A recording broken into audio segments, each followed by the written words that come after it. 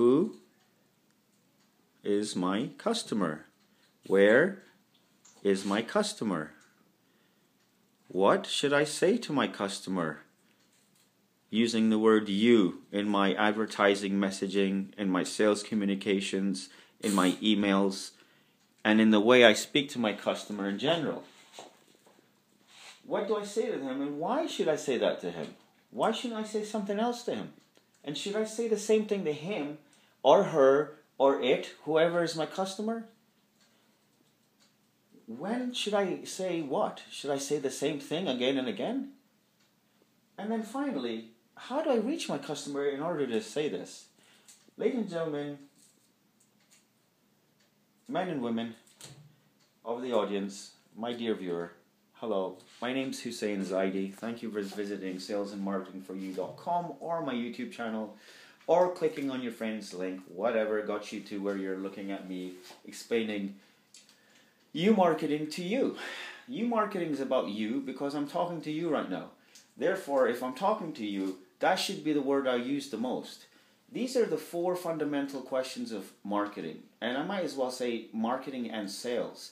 Sales is a subset of marketing. And sales and marketing is only about who is my customer, where is my customer, what do I say to my, how do I reach my customer, and what do I say? You know what, dear viewer, in my haste today, I actually muddled up the order of 2 of these in my haste. However, haste doesn't make waste when you're talking about a perfect system. For instance, you got to understand that in a circular system, any point is the beginning and any point is the end. And every system that is perfect is a circular system.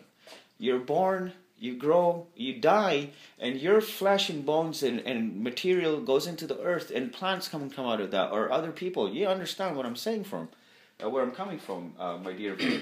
So sales and marketing is essentially all of these 4 things. It's nothing but these 4 things. Now there's a school of thought, which is my own, of course, because I'm the one who came up with this.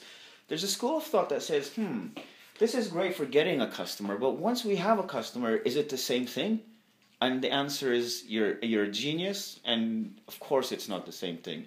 After the sale, it's not sales once you have a customer. After that, you might call it service, you might call it support. You're basically in relationship building mode, right? So that's all there is to say about this. There's really not much more to say about it, apart from to give you an example. And because I live in the ghetto, the ghetto of South Etobicoke in Ontario, I'm going to give you a ghetto example. Suppose my man, Chuck, sells bricks of weed. Bricks of weed. His game is weed. Now, you got to understand, if you're caught with a brick of weed, that's jail time. Because you're either have possession with intent to distribute or some damn thing. Or if you're getting that high, you got to be locked up for sure. Now, Chuck is going to follow the same thing. And Chuck, Charles Schwab, the corporate finance conglomerate, or whatever you want to call them, they're going to follow the same stuff, and you're going to follow the same stuff, and I follow the same stuff, and it works. And in fact, whoever is adding to this or subtracting from it or changing it is failing in his sales and marketing to the very extent that I'm going to describe. These, by the way, are called the 6 serving men. Ralph Waldo Emerson, I believe it was, the distinguished fellow who quoted Imam Ali, peace be upon him, in one of his phenomenal seminal essays, Self-Reliance. That essay, Self-Reliance, is the bedrock of American nationalism. You know, I picked it up in, this course, The American Dream, right? When you go to university in the States, they teach you this thing called the American Dream. And I was blown away. I was like, Imam Ali, peace be upon him, I'm a Shia, and this is amazing. Anyway, he said, everything I learned from the 6 serving men of who, where, what, why, when, who, what, where, why, how, and when. Something like that. 1, 2, 3, 4, 5, 6, and yes, it's all of them.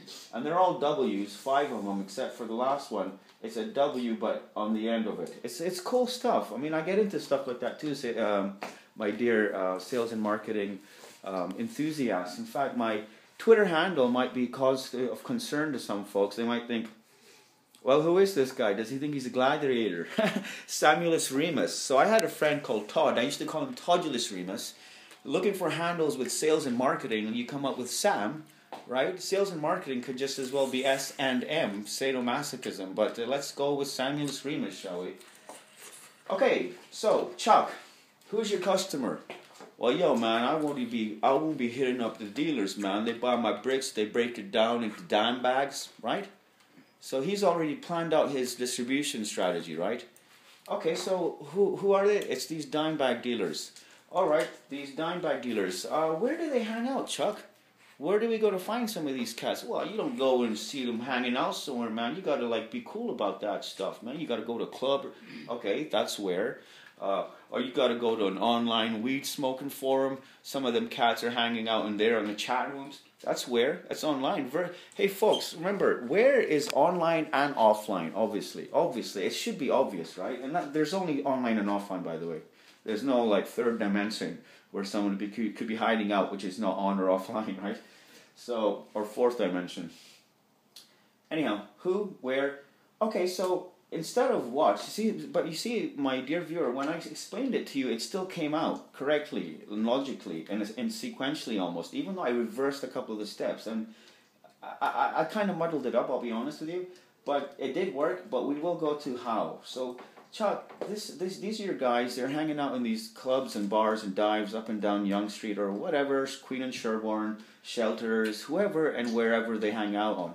Yeah, he's not going to, listen folks, he's not going to go individually to each one of the corners in the whole of the Greater Toronto area, from Pickering to Oakville and from North York to the Etobicoke, especially not Etobicoke because his services are not required here. But, you know, he's not going to go there. When I say how do you reach them, that answers that question. Where do they hang out? After hours, let's say. Or how can we get in touch with them is really the question.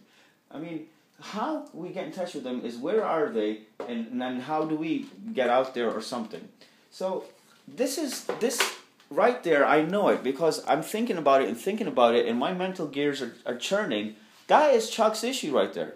I'm just going to bypass that. Once he gets to where they are and says something like, yo, what's up, cats? Can I mind if I share one of these dives with you?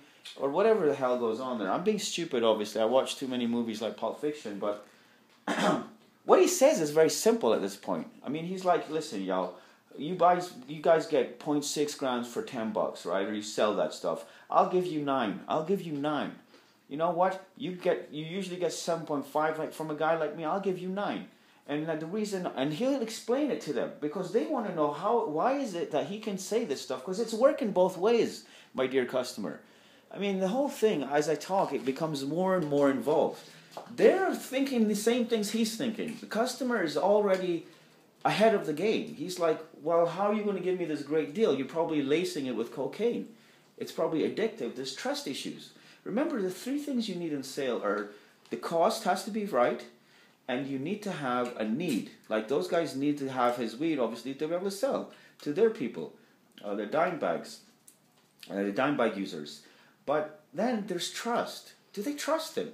If he rolls up in a Rolls Royce and all this kind of stuff, these guys are really smart. They'll be like, well, this guy probably is a player, and he plays people like us. He uses us. His profit margins must be so high or something's out of whack, because if it don't look right and it don't smell right, then it ain't right. But on the other hand, he could be this guy, just like in American Gangster or with Johnny Depp, if you watch the movie Blow. Johnny Depp basically went off to San Francisco, California, or the guy in the movie he plays, and it's a true story.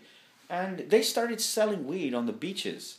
Then they realized, and this was their big move that they did, or not the big move, but the crucial advantage, the competitive advantage they had was the cost, because they knew a stewardess who could fly them super cheap weed from New England and Boston area and bring it to California, and they were just like minting money. By the way, those phases don't last. Don't think that if you're minting it today, you're not going to be begging for it tomorrow, because you will be. You're going to be in need of money tomorrow, regardless of how much you have today. Unless you simplify your lifestyle, sell off your business, go out onto like an island in the Pacific, live in a damn hut and just read books and munch on cereal noodles all day, or whatever that is. Munch on cereal and eat ramen noodles. So this is Chuck's plan of action. It's everyone's plan of action. Who's my customer? Where's my customer? How do I get to my customer? Okay, this is number 3. This is number 4. And what do I say to my customer? If you just answer those 4, you've done more than 80% of people out there. If you actually go through that process. Like, what do I say to my customer is predicated on what does the customer want? What do they need? What do I have? At the end of the day, this is what you're looking for, is a unique advantage. Like, basically, Chuck's unique advantage is that he knows some Hells Angels guys in British Columbia, and those guys have their own grow operations out there. They get houses, they fill them with weed, and blah, blah, blah, blah, blah, blah. And then the cops come in 6 months down the line because the place is just like about to explode or something. God saves them or something in some way. But plan of action, once you have it out on paper, getting to the why and the when over here is pretty crucial. I'm not going to say it's the most important. I just added those in today when I was going over my thought process for this presentation. But if you do those 4, you'll have a solid business. It'll be a growing business. You'll be doing really well. And if you do these two are going to encompass your competitive advantage and give you a niche whereby no one can touch you, because anyone who buys weed knows that Chuck's the man. He's going to break it out for you. He's going to scale it out for you. He's going to bag it up for you. He's got different design bags, and you can give him your bags. You can even give him an idea of what you want in your bag. Hey, that's customization, by the way. And he'll charge a few more. He'll just say, listen, I'm just going to give you 8 for the next month instead of 9.5. If he's a businessman, that's what he'll say. Anyhow, so what do you think, folks? If you like that, then give me a round of applause by sending in a comment or liking or sharing this or something. Do something with it. If you don't do something with it, you might as well not have read it. Seriously, does that make sense? And why you say what you say, and when do you say it? When do you say it is advertising? Why do you say it is more like the sales process management. So once again, sales process management, you have the journey, the sales journey. People usually know about the seller's journey.